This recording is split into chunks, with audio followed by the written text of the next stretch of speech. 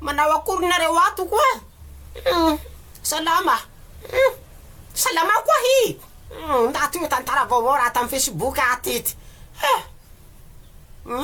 Anakilahy koa henany io voatsobaka amy ty crédit. Tsy nahalo écolage fa ty jala écolage nakalo méga. Abalea ty azo, haiko raha nihentehany io. Indirecta César no Sandra Gomez. Zay nany le nakalo tsisiketsiky mitoko. Lany ty jala mitsano ty ato tsy valiko ito. Lany fikalo méga anteny indirecta César no Sandra Gomez. Nefa zao nieritseritsy kaloloko. Sy raha dignité zay tete zao njatsannay ty tsy miloko. Veta, valiko ity asôzy mare.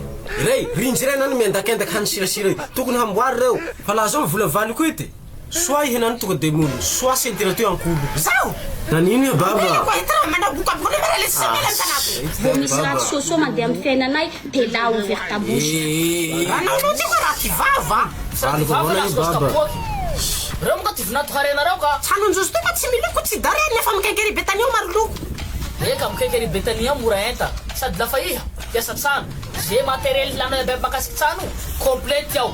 Fa César baba tsy mety raha atao. Mandany crédit ko. Entiko raha nataonjo sisy dikany tsy ako mana dika alinjozy io. Izao reka hiana tsy mahay. Zay vitiako ikaw talihisanao. Voantsika vaoka tolera sy manodidina. Mila matériel makasiky tsano va. Mora. Kekery betany dia misokatra antsika tolera sy manodidina. Hananga tsano va iha. Hananga bilidiny. Mila matériel complet. Ha vita tsano na uva. Kekery betania. Route Manday Antimundala. Alilande pepe. Betanietu. Complet. Zara hilana makasiky tsano zay. Matériel. Sima. Kaho hinari lungu nasta disfanatenana. Kekery betania. Misokats pahitika. Mila fatsikiha. Matériel makasiky bisikilety. Sikila pus. Luku. Misi bomba vakoatao. Matériel isakarazan. Iha panjafts.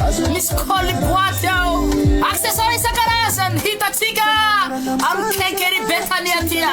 Suara sao yao. Kalahai hata halatsan miraftsua. Mikalo matériel am kekery betania. Kahaline.